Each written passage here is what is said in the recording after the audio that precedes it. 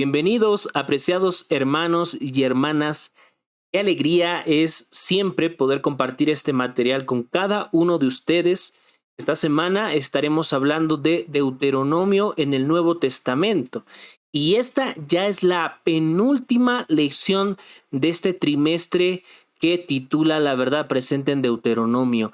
Ya estamos a punto de también terminar el año, ya casi se nos va, tan solo nos queda la lección número 13, así que como siempre decimos en este canal, tenemos que aprovechar al máximo el tiempo. Una vez más quiero reiterar el agradecimiento hacia tu persona que ves este material, que puedes compartirlo, que puedes reaccionar a este material. Eso me ayuda muchísimo a poder también motivarme en compartir estos bosquejos, estos repasos de la lección de escuela sabática. Como siempre estaré dejándote las diapositivas o la presentación de este video. Allí en la descripción del video hay un link que te llevará a una página de Drive. Allí podrás descargar la lección número 12. Vamos entonces a comenzar y vamos a hacer una oración para poder hacer este repaso, ir comentándolo. Vamos a orar. Donde estés, por favor, acompáñame en oración. Oramos. Bendito Señor, muchas gracias Padre Santo por darnos la oportunidad de compartir este material. Bendice a todas las personas que en este momento están escuchando este mensaje a través de YouTube y que tú, Señor, puedas instruirnos de tal modo que podamos entender mejor tu palabra y compartirla, pero sobre todo vivirla e interiorizarla, Señor, en nuestras acciones. Acompáñanos siempre, Padre Santo, te lo suplicamos en el nombre de Jesús. Amén. Muy bien, vamos entonces a comenzar. Una vez ya habiendo orado, habiendo pedido esa dirección que es importante, imprescindible para hacer estos repasos, la bendición del Espíritu Santo para poder estudiar su palabra. Esta semana el versículo para memorizar se encontró en Mateo capítulo 4, versículo 4. Dice lo siguiente, vamos a leerlo juntos. Él respondió y dijo, escrito está, no solo de pan vivirá el hombre, sino de toda palabra que sale de la boca de Dios. Este versículo es muy conocido porque en él podemos ver a Jesucristo realmente demostrar al mundo entero, porque si nosotros leemos el contexto del pasaje, el mismo Satanás se le presenta en el desierto para tentarlo. Y todas las huestes, todo el mundo estaba observando aquel espectáculo. Pero Jesucristo no se valió de lo que él conocía o de su propia experiencia o de su propio conocimiento para poder responder concretamente a las tentaciones de Satanás, sino que él dice, escrito está. En otras palabras, estaba citando el Antiguo Testamento, estaba citando la Torá, estaba citando la palabra de Dios que ya estaba escrita para el tiempo de Jesús por la lengua hebrea que se compartía, por el arameo que se compartía y que se leía en las sinagogas. Notemos la dependencia de nuestro Señor Jesucristo para poder responder a las artimañas, a las tentaciones de Satanás. Él respondió y dijo, escrito está, no solo de pan vivirá el hombre, sino de toda palabra que sale de la boca de Dios. Esto para nosotros es muy importante, porque día tras día, momento tras momento, nosotros vivimos en una vida llena de tentaciones, a las cuales fácilmente podemos caer. Pero ¿qué es lo que te mantiene? A veces cuando tú eres tentado, tú recuerdas que la palabra de Dios es clara en sus mandamientos y te dice que no debes hacer aquello, que no debes hacer esto. Y es así que tú fundamentas tu creencia, tu fe y por ende puedes vencer a la tentación.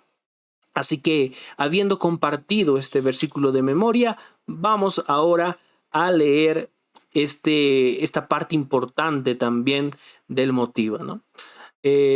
Nosotros vemos que en el medio está la cruz de Jesús. A mi lado derecho y al lado izquierdo están el Antiguo, el Nuevo Testamento. Entonces nosotros debemos de entender de que toda la Biblia en sí es cristocéntrica. Quiere decir que toda la Biblia habla de Jesús, se predica de Jesús. El motivo es Jesús. Desde que en Génesis 3:15 Dios les dice de que de la simiente de la mujer, bueno, vendrá la bendición, de que habrá una simiente que pisará la cabeza y que lamentablemente esta simiente de la serpiente herirá el calcañar de la simiente de la mujer. Estamos hablando de que hay una promesa del Evangelio desde Génesis y esta misma promesa se mantiene viva a través de todos los escritos que hoy encontramos en la Biblia hasta Apocalipsis. Qué maravilloso, ¿no? Cómo nuestro Dios ha dejado escrito un solo mensaje. No hay contradicción en ninguna de las partes, sino que todas armonizan en un solo sentido. Y es el mensaje de que Cristo vendría a salvarnos. Qué maravilloso. Vamos entonces ahora con el comentario del día domingo. Como habíamos dicho, el versículo para memorizar, Mateo 4:4, nos habla justamente de este evento. Cuando Jesús fue tentado en el desierto, él expresó escrito está, citando el Antiguo Testamento, específicamente algunos pasajes de Deuteronomio. Esto nos debe llevar a entender que solo en la palabra de Dios encontraremos la solución para poder vencer las tentaciones, siguiendo el ejemplo de Jesús. Entonces, cuando Jesucristo es tentado, una vez más vamos a repetir esto porque es muy importante, él cita las escrituras, porque escrito está, solo podemos vencer así. Si ahora tú te pones a pensar en las veces que has sido tentado, ¿qué es lo que qué es lo que crea remordimiento en tu conciencia cuando tú pecas? Es la palabra de Dios, porque tú recuerdas haber escuchado en un pasaje de la Biblia decir algo que tú estás haciendo.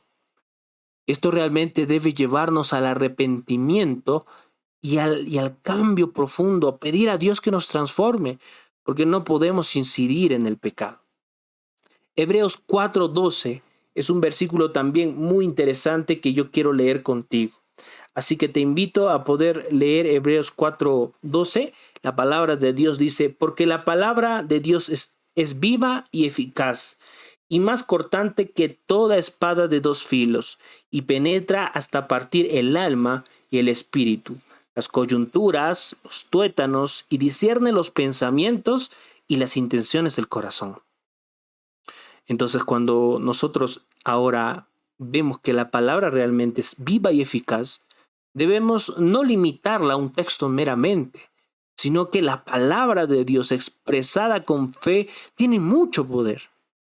Y en este caso, cuando Satanás llegó como ángel de luz a tentar a Jesucristo, este realmente lo reconoció porque este estaba yendo en contra de lo que la palabra misma decía. ¿Qué es lo que dice Deuteronomio capítulo 8, versículo 3? Dice lo siguiente.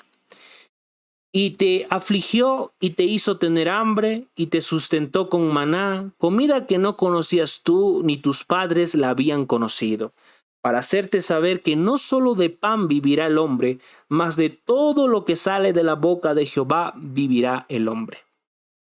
Este mismo versículo de Deuteronomio lo citó a la perfección nuestro Señor Jesucristo para poder vencer aquella tentación que Satanás le estaba presentando. El mismo ejemplo se presenta en Deuteronomio 6:16. No tentaréis a Jehová vuestro Dios como lo tentasteis en Masá. Así también el Señor Jesucristo responde a las tentaciones de Satanás cuando él estuvo en el desierto. Y finalmente, si nosotros leemos la tercera tentación de Deuteronomio 6:13, también encontraremos que la respuesta es clara. Es lo que dice la Torá. Dice así, a Jehová tu Dios temerás, a él solo servirás y por su nombre jurarás. Entonces, allí la clave siempre va a ser citar, usar la palabra de Dios para cuando haya tentaciones. Esto es muy importante, hermano, hermana, que podamos entender. El siguiente día es el día lunes, que tituló Levantar rostros. Y este día es muy interesante porque esta frase, levantar rostros en el contexto de la retórica hebrea, significa favoritismo. ¿Y cómo es esto? El contexto de lo que nos muestra la lección de escuela sabática es de que en la corte judicial o en el juicio que se llevaba, Cuando alguien levantaba el rostro, vale decir el juez, levantaba el rostro del que estaba siendo culpado por el delito y veía que el rostro de esta persona era de estatus económico, o no era cualquier persona, era una persona, un oficial o una persona de poder o un magistrado. Podemos poner el ejemplo, claro que sí. Entonces como que levantaba su rostro y tenía favoritismo por el simple hecho de que tenía pues un cargo. Y al ver el rostro de los que no tenían o que eran nadie en aquel entonces fallaban al favor del que tenía más. En la Biblia nosotros encontramos claros ejemplos de que Dios no hace acepción de personas. Entonces, la palabra de Dios dice que Dios no hace acepción de personas, entonces nosotros tampoco debemos de hacer acepción de personas. No podemos tratar de una manera diferente a aquella persona que por algún motivo está bien vestida o tiene algún cargo, un estatus en la sociedad, y tratar de una manera indigna a una persona que aparentemente no tiene la misma equidad que esa persona. Deuteronomio 10, y aquí hay un versículo muy interesante. Deuteronomio 10, 17 al 19 dice lo siguiente: porque Jehová vuestro Dios es Dios de dioses y Señor de señores, Dios grande, poderoso y temible, que no hace acepción de personas ni toma cohecho, que hace justicia al huérfano y a la viuda, que ama también al extranjero dándole pan y vestido. El versículo 19 dice: amaréis pues al extranjero, porque extranjero fuisteis en la tierra de Egipto. Aquí hay una frase: el Señor no hace acepción de personas. Y si nosotros ahora buscamos en el Nuevo Testamento, hay una cantidad increíble, hermanos queridos. Allí yo he colocado en la descripción de este video los versículos que los apóstoles, Pablo, Pedro, escriben citando justamente lo que dice Deuteronomio. Por ejemplo, vamos a leer unos cuantos. Hechos 10:34. Entonces Pedro, abriendo la boca, dijo: en verdad comprendo que Dios no hace acepción de personas. En Pablo, en Romanos 2:11, porque no hay acepción de personas para con Dios. Gálatas, pero los que tenían reputación de ser algo, lo que hayan sido en otro tiempo, nada me importa. Dios no hace acepción de personas. A mí, pues, los de reputación, nada nuevo me comunicaron. Y así hay otros versículos como Efesios, Colosenses, que hablan también de que Dios no hace acepción de personas. Aquí el llamado es claro, hermano, hermana. No hagamos distinción. Todos nosotros somos hijos de un solo Dios, de un solo Padre, creador de todo. Debemos de amarnos tal y cual Dios nos invita a que amemos. El día martes hablamos de maldito en un madero. Y este día es muy interesante porque la palabra de Dios también en Deuteronomio aparece hablando de que los que no guardan la ley, los que destruyen la ley, los que no acatan las normas de la ley, se hacen malditos. Se hacen malditos. Ahora, ¿quiénes son los que se han hecho malditos? Somos nosotros. Pero ahí viene la gracia. Gálatas 3:1 al 14 nos habla de esa gracia. Y nos dice de que ahora Cristo vino a ser maldito, no porque Él haya cometido el pecado, sino porque nosotros fuimos incapaces de guardar la ley. Entonces allí viene la gracia. Por amor a nosotros es que Cristo viene a ser maldito. Y viene a morir en una cruz, que es lo que justamente Deuteronomio 27, 16, 21, 22 y 23 hablan. Entonces el apóstol Pablo cita Deuteronomio de manera impresionante, demostrando así el sentido de la muerte de Jesús y el rol de las obras de la ley, ya que por nuestra causa, por no haber guardado la ley, fuimos hechos malditos, pero Cristo cargó esa maldición en la muerte de cruz. Así nosotros podemos gozar del perdón y la gracia divina. Imagínate qué interesante suena esto. Nosotros fuimos los que cometimos el error. Nosotros fuimos los que fuimos incapaces de cumplir la ley. Pero ahí viene Jesús y allí actúa la gracia, a salvarnos. Vamos a leer brevemente Gálatas capítulo 3, versículos 1 al 14. Vamos a leer específicamente algunos versículos, ¿te parece? Vamos a leer entonces el versículo número 10, dice así: porque todos los que dependen de las obras de la ley están bajo maldición, pues escrito está: maldito todo aquel que no permaneciere en todas las cosas escritas en el libro de la ley para hacerlas. Entonces, ¿quiénes eran los malditos? Nosotros, porque no hemos guardado la ley, hemos sido incapaces.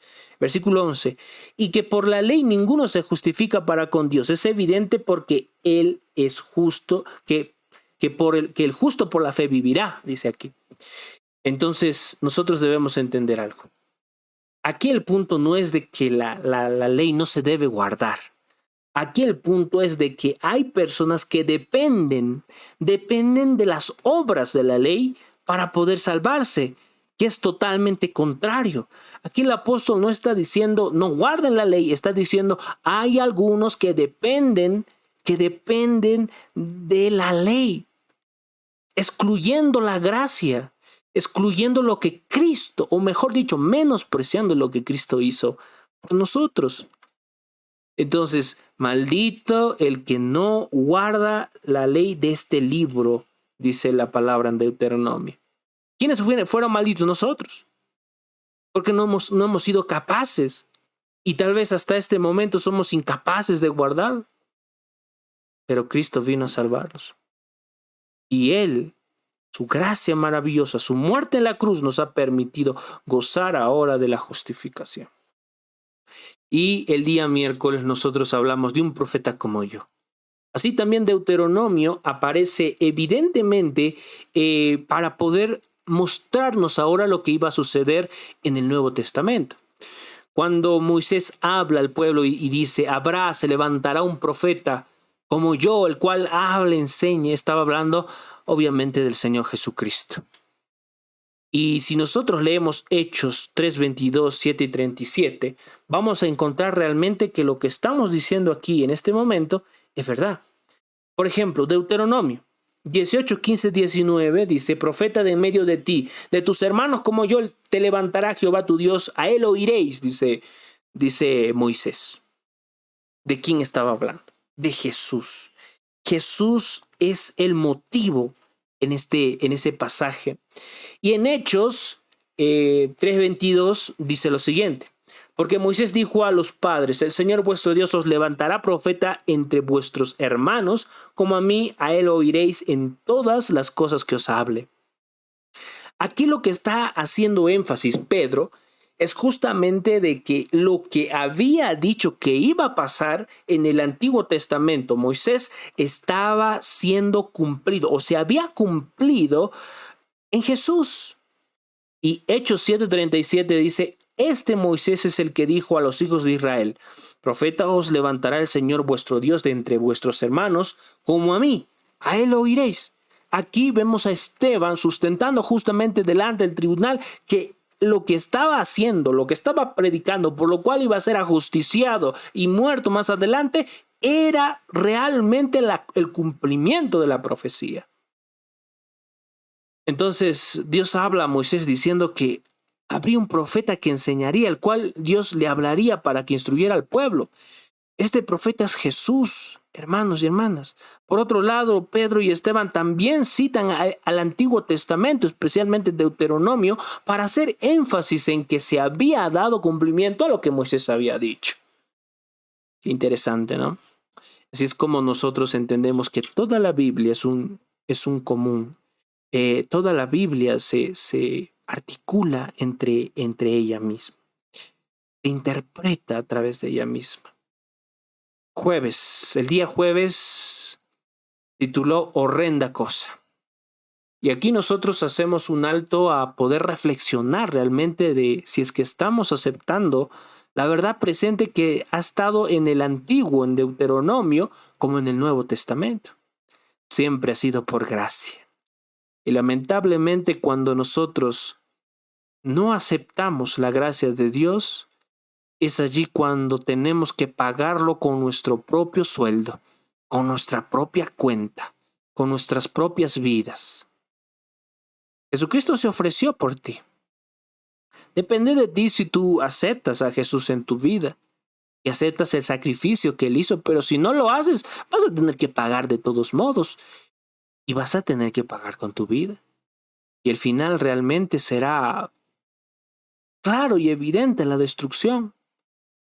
Entonces, al despreciar la gracia de Dios por la muerte de su Hijo Jesús, automáticamente nos toca pagar a nosotros las acciones de nuestras propias cuentas. Por ejemplo, Pablo también una vez más cita el Antiguo Testamento, Deuteronomio, para poder dirigirse al pueblo y advertir de las consecuencias de la infidelidad. Y las consecuencias son bien duras. Vamos a leer algunos pasajes juntos. Hebreos 10, 28 al 31. Dice lo siguiente. El que viola la ley de Moisés por el testimonio de 2 o 3 testigos muere irremisiblemente. ¿Ok? Está hablando de testigos. Ahora, si nosotros vemos en la palabra de Dios hablar de los testigos, vamos a leer Deuteronomio 17:6, que dice, por lo dicho de 2 o 3 testigos morirá el que hubiera de morir, no morirá por el dicho de un solo testigo. ¿Cuáles son esos 2 testigos? El Antiguo y el Nuevo Testamento. Tenemos la gracia en ambos. Y también obviamente estaba hablando de una gracia divina. Pero ¿sabes qué? No todo en la vida está perdido. Porque Romanos 8:1 es la promesa que todo cristiano debe conocer. Dice la palabra de Dios. Ahora pues, ninguna condenación hay para los que están en Cristo Jesús, los que no andan conforme a la carne, sino conforme al Espíritu. Tú no quieres ser condenado, ¿verdad? ¿Quién quiere ser condenado en este mundo? ¿Quién quiere padecer esos sufrimientos que inevitablemente vamos a atravesar en el tiempo del fin? ¿Quién quiere estar en el zapato de aquellos niños que están en la calle sufriendo? ¿Quién quiere estar en los zapatos de esas víctimas que mueren día tras día a razón de las enfermedades? Y todo ello es producto del pecado. Pero dice la palabra de Dios, ninguna condenación hay para los que están en Cristo Jesús. Esto es lo más hermoso. No hay ninguna condenación si tú decides creer en Jesús. El camino a Cristo, página 51, dice lo siguiente. De modo que ya no te perteneces, porque fuisteis comprado por precio, sabiendo que fuisteis redimidos, no con cosa corruptible como plata y oro, sino con preciosa sangre, la de Cristo, como de un cordero sin defecto e inmaculado. Mediante este sencillo acto de creer en Dios, el Espíritu Santo engendró nueva vida en tu corazón. Eres como un niño nacido en la familia de Dios y Él te ama como su hijo. Entonces, ahora que has nacido de nuevo porque has aceptado a Jesús en tu corazón, debes realmente entender de que toda la ley, toda la Biblia es necesaria. Dios no murió para que nos perdamos sin guardar la ley. Dios murió para reconciliarnos en la cruz del Calvario. Él finalmente pagó la deuda que nosotros tuvimos que haber pagado y en agradecimiento nosotros guardamos la ley. Guardamos porque es la consecuencia irremediable, la consecuencia de que hemos sido salvos realmente, de que somos salvos y pertenecemos al pueblo del pacto. Apreciados hermanos, ¿qué aprendimos esta semana entonces? Primeramente, aprendimos que la Biblia es cristocéntrica. Toda la Biblia habla de Jesús. Y también que tanto el Antiguo como el Nuevo Testamento, Dios nos ha hablado a través de sus profetas. ¿Debemos despreciar el Antiguo y el Nuevo Testamento? No, debemos abrazar ambos libros porque ambos son una sola revelación, revelan a Cristo. ¿Qué debemos hacer entonces ahora que conocemos esto? Esta semana memoriza algunos versículos de Deuteronomio que te ayuden a recordar lo dicho por los apóstoles en el Nuevo Testamento. Y sobre todo, no dejes de leer tu Biblia. No dejes de leer tu Biblia. Léela todos los días, estúdiala, subráyala, comenta, comparte en internet la verdad presente. Estamos a solo una lección, a solo una semana de acabar este trimestre. Que Dios te bendiga mucho. Y como siempre estamos terminando con este versículo poderoso. Primera de Juan 5:14. Esta es la confianza que tenemos al acercarnos a Dios, que si pedimos conforme a su voluntad, Él nos oye. Vamos a orar y vamos a terminar este repaso. Bendito Padre, muchas gracias por regalarnos este momento. Hemos estudiado un poquito tan solo. Necesitamos estudiar más de tu palabra. Necesitamos comprenderla más para interiorizarla y así poder reflejar realmente el carácter que tú nos dejas a través de la Biblia, sobre todo a través de los evangelios de Jesús, porque queremos ser igual a Él, queremos andar como Él anduvo, responder como Él respondió, sobre todo amar como Él amó. Guíanos, Padre Santo, te lo suplicamos, en el nombre de Jesucristo nuestro Señor. Amén. Que Dios te bendiga muchísimo. Este ha sido el repaso de la lección de Escuela Sabática número 12. Nos estamos viendo la semana que viene. Un abrazo para ti y es una alegría siempre compartir este material contigo. Bendiciones. Chao, chao.